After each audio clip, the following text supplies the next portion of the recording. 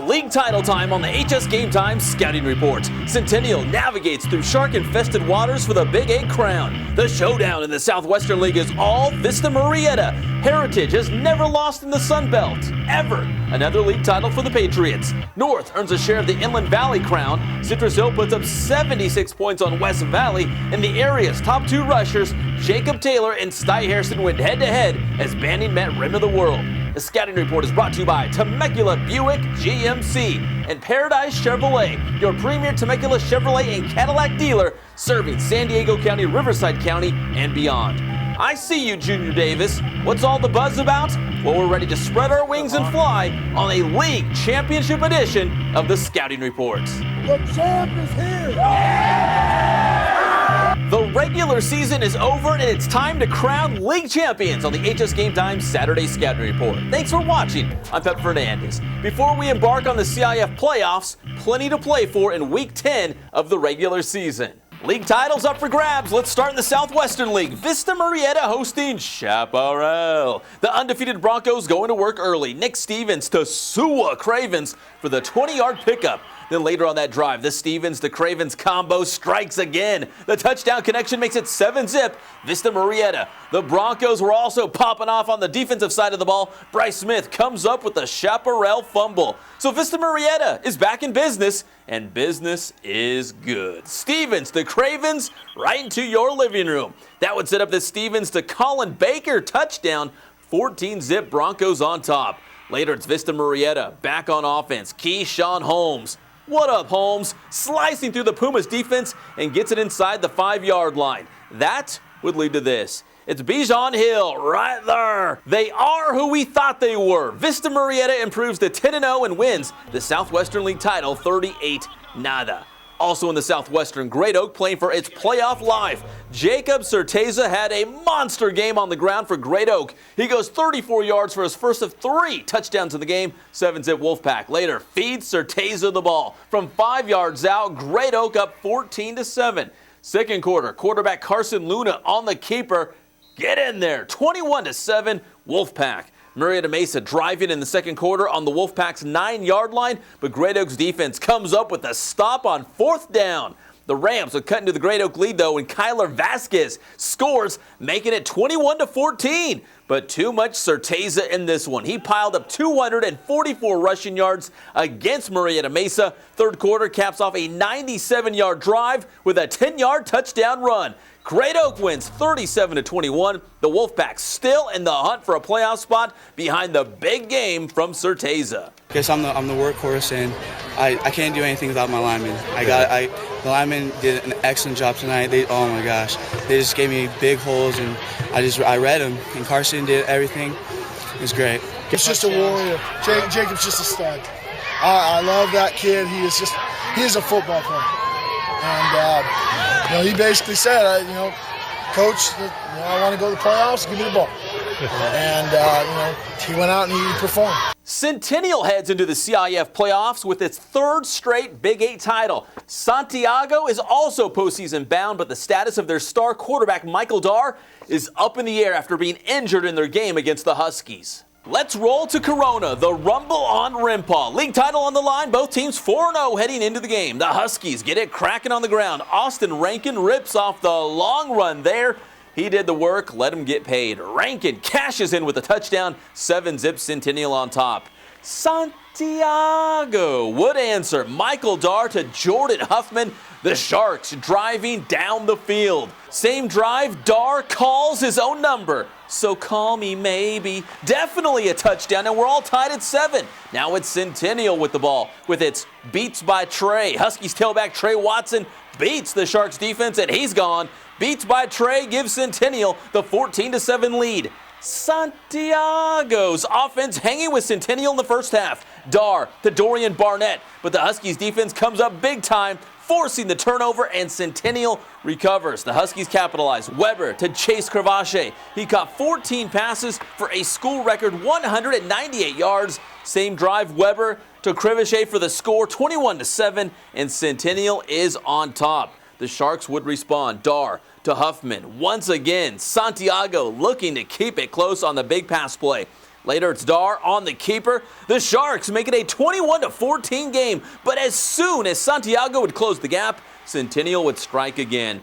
Beats by Trey. Trey Watson on the touchdown run, putting the Huskies up 28-14. Still in the second quarter, it's Weber airing out the deep ball to a wide-open Ryan Pascarella, all alone and into the end zone, 35-14 Centennial. Even worse for Santiago. Quarterback Michael Dar goes down with an injury in the second quarter. Looks like a foot injury. He left the game and did not return. His backup, Blake Bennett, did well, only a sophomore. Drove the Sharks down for a touchdown here, but just too much Centennial. The Huskies capture the Big 8 title for the 6th time in the last 7 years, 70-28. Now it's on to Norco versus King. The Cougars. Joseph Ajibi takes the direct snap and in for the 7-yard touchdown. And then later, Ajibi adds a 21-yard touchdown jaunt as the Cougars were seeking a playoff spot for the 26th year in a row. Now it's quarterback Colton Gerhardt to Juan Acosta on the touchdown strike. Norco in control of this one. Corey Young from 2 yards out. Go ahead and make it 26 in a row. The playoff-bound Cougars win 29-8. Here's a quick look at the HS Game Time rankings from this past week. The top 3 have been holding steady all season long. We'll get to Citrus Hill and their highlights later in the show. A team that could be climbing is number 10, Heritage. The Patriots were playing Elsinore for the Sun Belt Championship. Heritage has never lost a league game. The Patriots looking to head into the playoffs with a big win. Lima Hifo doing his part, punching in the touchdown. Heritage leading 10-zip. Heritage led 27-14 at the half, so we pick it up in the third quarter. Elsinore gets it going on offense. Kevin Gatros, the big gain, and he's coming for the HS Game Time camera right there. Later, maybe the run of the year. The Tiger, Shane Pico, will not be brought down. Pico powers through the paint, making it a one-touchdown game, 27-20. Heritage, they can also drop the hammer with the run game. It's the bone crusher. Lima Hifo again for the touchdown. The Patriots pull away in this one. Logan Netter nets the 30-yard field goal. Heritage is your Sun Belt champion, 37-20. The Rancho Verde wrapped up a share of the Inland Valley League Championship with a win versus Vista del Lago. The winner of Arlington versus North would also get a piece of the IVL title. Huskies and Lions, North with the ball near the goal line. Feed Denzel Foster the rock. This Husky is hungry for a touchdown. Foster scores from 1 yard out, and this one goes for 4 yards. Foster gives North a 14-0 lead in the second quarter. Arlington would get on the board before the half. The old hook and ladder play. Jordan Monette flips the ball to Ruben Kelly, who takes it to the North 10-yard line. And that would set up this. Martez Duarte for the touchdown, and the Lions were trailing, though, 14-6. Now to the third quarter. Arlington's Wyatt Moore looks downfield, but there's the Buckeye. Marcus Baugh, committed to the Ohio State, comes up with the interception. So on the ensuing drive, North gives the ball to Denzel Foster. He's starving. Feed him the rock and watch him go. Stays on his feet and crosses midfield. Foster went for 149 yards in the game. The best way I can describe Foster is elusive. He's hard to tackle. Huskies quarterback Joseph Garcia to Foster. A little shake and bake action. Mix in a spin move, and Foster takes it to the Lions' 10-yard line. Arlington's defense would step up and make a huge play when Garcia is hit, and there's James Bonner for the Lions. He takes it back to midfield. Now it's Arlington with the ball, and North repays the favor. Shaquille Jones, the interception, and watch the return. Weaving in and out of traffic, he's the real deal Shaquille Jones, the pick six, as North earns a share of Inland Valley glory, winning 28-6. Citrus Hill will begin its march towards a CIF championship after a 10-0 regular season and the Mountain Pass League title. The Hawks at home for West Valley in Week 10. The game started on a sour note for Citrus Hill. The Mustangs, they came to play. Jordan Tabor picks off Trevor Hodge and makes the long return. And that would set up this. Austin Roselle to John Goodman for the touchdown. And West Valley goes up 7-zip. The Hawks would answer. Hodge to KJ Young as Citrus Hill evens the game at 7. Back come the Mustangs. The deep ball to Lorenzo Terry. He's got this. But Citrus Hill's defense would step up on the same drive. Jack Brown, the interception to shut down the West Valley drive. The Hawks would turn that into points. Hodge on the keeper. Get in there. 14-7. Citrus Hill on top.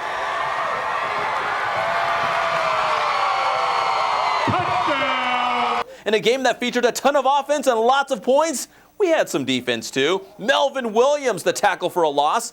And then it's the Hawks with the ball, and Terry comes up with the INT for the Mustangs. How about one more defensive play? Steven Van Hook for the Hawks. The star on the defensive side of the ball coming up with a big stop for Citrus Hill. Okay, back to offense, because there was plenty of it. Check out Elijah Brown. The shoestring catch, fingertips to haul in the score. Game tied at 14. West Valley feeling the upset.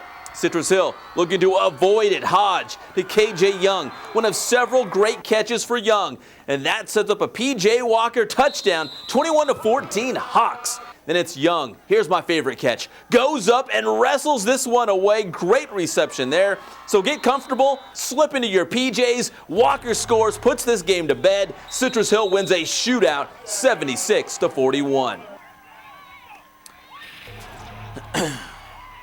Also from the Mountain Pass, Beaumont hosting Tahquitz. Both teams fighting for second place. Third quarter, Beaumont trailing 21-7 when the Cougars' Jacob Ulubari finds Allen Hindy for the touchdown. And then later, it's Ulubari on the keeper. Beaumont back in this thing, tied at 21. Tahquitz would regain the lead when Talton Tavares comes up with a touchdown catch, and the Titans go up 27-21. To the fourth quarter, Beaumont jumps in front when Ulubari hooks up with Josh Martin on this touchdown strike, and the Cougars go up 28-27. But this game was far from over. Greg Rincon with this nice touchdown run. He adds some insurance for Beaumont, and the score puts the Cougars up 35-27.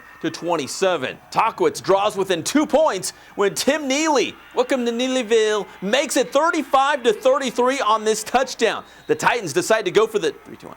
The Titans go for the 2-point conversion and the tie, but Beaumont comes up with the stop. Cougars win 35-33 to take second place in the Mountain Pass. Banning is your Mountain Valley League champion as the Broncos went 9-1 overall this season. Banning took on Rim of the World. The Fighting Scots were looking for a share of the league title. And if you know anything about Rim and Banning, you know they have the top 2 rushers in inland Southern California based on yardage. There's nobody better than Rim's Jacob Taylor, who goes 64 yards on that touchdown run, and Banning's Sty Hairston, his turn to find the end zone. Back and forth they battled. Taylor, the touchdown for the Fighting Scots. He finished with 392 yards and 5 touchdowns. The Sty Hairston experience was even better. 413 yards, 7 touchdowns for the Banning quarterback, and here's one of the scores. Taylor did his best to keep Rim in the game. Taylor's touchdown here gave the Scots a 20-14 lead, but Banning always had an answer.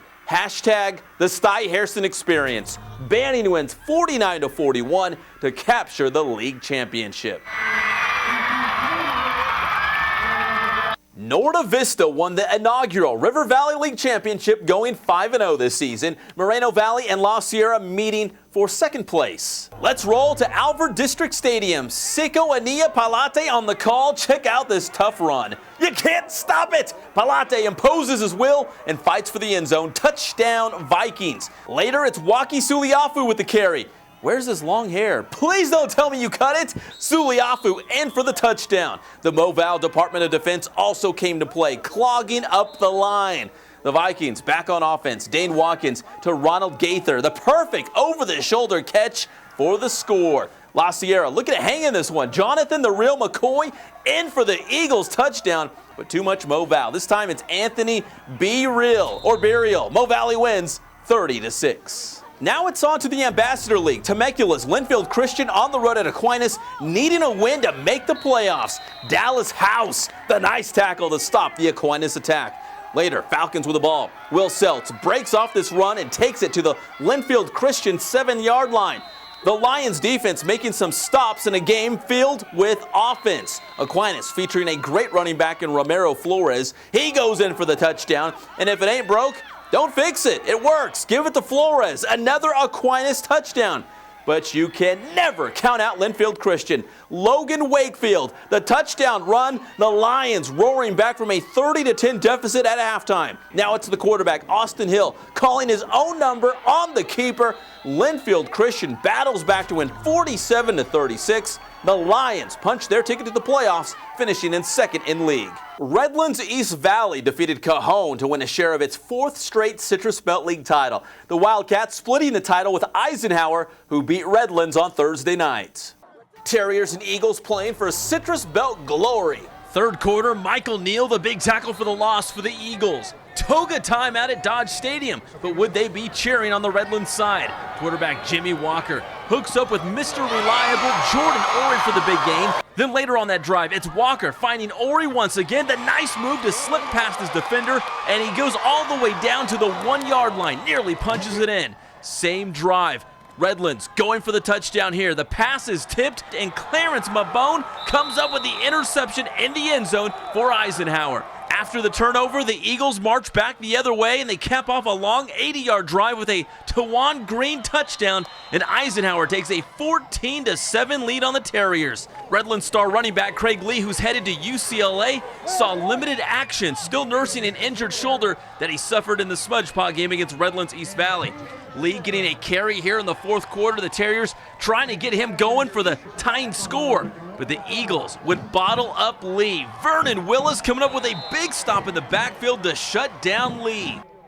Now we fast forward to the fourth quarter with under 5 minutes to play. Fourth down for Redlands on the Ike 19. The Terriers go for it. Walker's pass is broken up by the Eagles' Trevin Island. Eisenhower would get the ball back, and they would run out the clock. Eisenhower is guaranteed a co-championship in the Citrus Belt League with a 14-7 win. The Eagles are 2012 CBL champs. The champ is here! I knew we could be physical, I knew we could hit, and I hoped we could wear them down as the game went on. I felt like we wore them down a little bit, you know, and credit to Redlands, they're a great team. It was a great high school football game, and our defense stepped up and made a great play. Saved my butt from the going for it, and made the stand, and couldn't be more happy for our kids. They're awesome.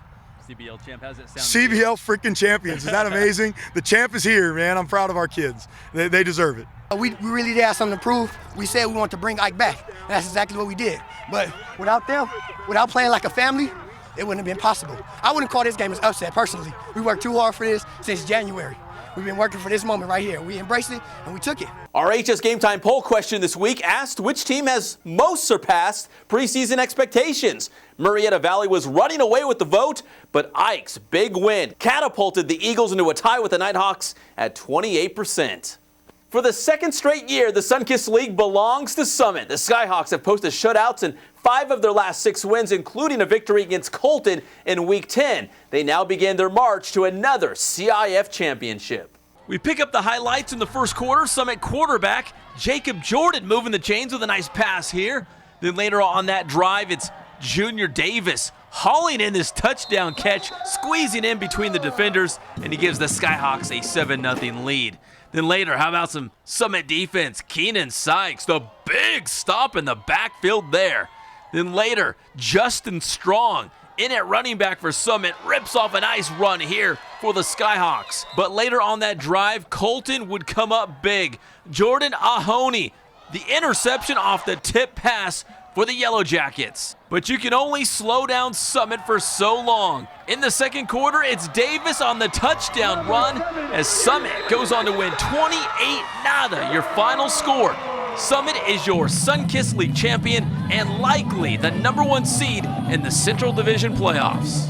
Time now to pass out the awards. Player of the Week. Player of the Week goes to Centennial quarterback Robert Weber. He threw for 364 yards and 4 touchdowns in a Big 8 League title game versus Santiago. Robert Weber, the HS Game Time Scouting Report Player of the Week. Play of the Week. Elsinore Shane Pico delivers the Play of the Week. Pico, the poster boy for tough running, never giving up en route to the paint. It's the HS Game Time Scouting Report Play of the Week. We'll be back next week with highlights from the first round of the CIF playoffs. I'm your host, Pep Fernandez, and we'll see you again next Saturday on the HS Game Time Scouting Reports.